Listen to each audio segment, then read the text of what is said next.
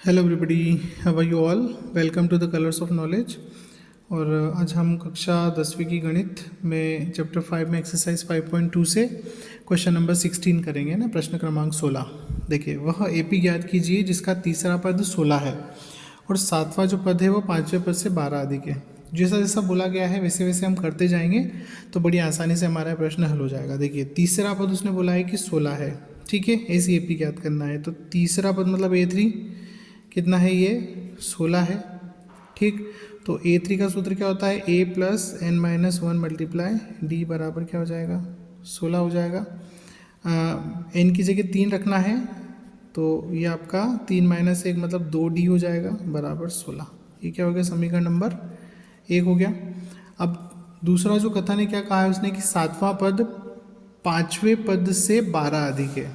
मतलब यहाँ लिखेंगे प्रश्नानुसार, है ना, पुनः प्रश्नानुसार, क्योंकि एक बार प्रश्नानुसार यहाँ हम लिख चुके हैं प्रश्न के हिसाब से, जैसा प्रश्न में बोला गया वैसे।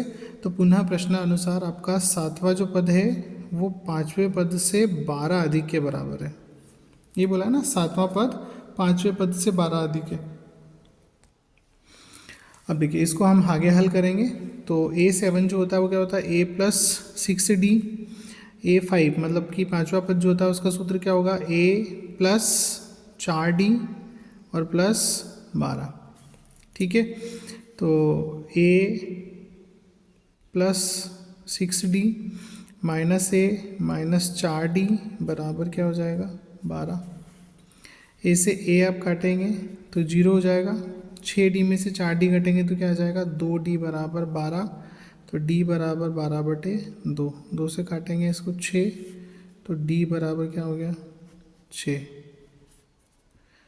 ठीक है।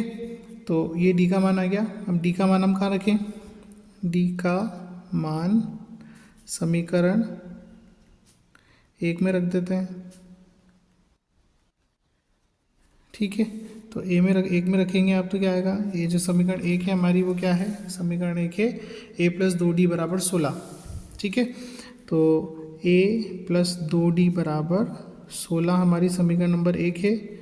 A का मान हम पता करेंगे 2, D का मान 6 बराबर में 16, A प्लस 12 बराबर 16।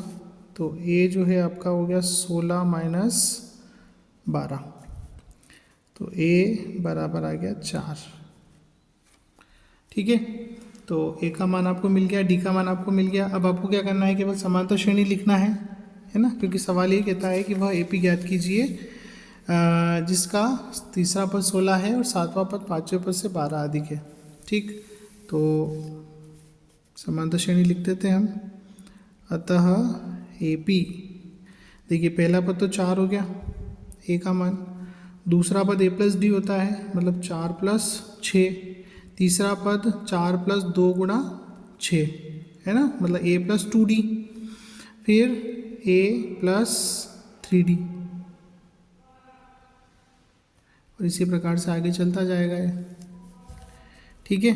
तो हमारी जो AP है वो क्या बन गई, 4 10 और 6 दूनी 12 और 4 16, फिर 6 18 और 4 22, और इसी प्रकार से आगे चलती जाएगी। तो हमें समांतर श्रेणी हमें मिल गई है कि समांतर श्रेणी है 4 10 16 22 और इसी प्रकार आगे। तो ये एक ऐसी समांतर श्रेणी है जिसका तीसरा पद 16 है और सातवां पद जो है वो पाँचवें पद से 12 अधिक के बराबर है। तो आशा करता हूँ आपको समझ आया होगा। Thanks for watching. वीडियो को लाइक करें, चैनल को सब्सक्राइब करें, मुझे सपोर्ट करें। Thank you.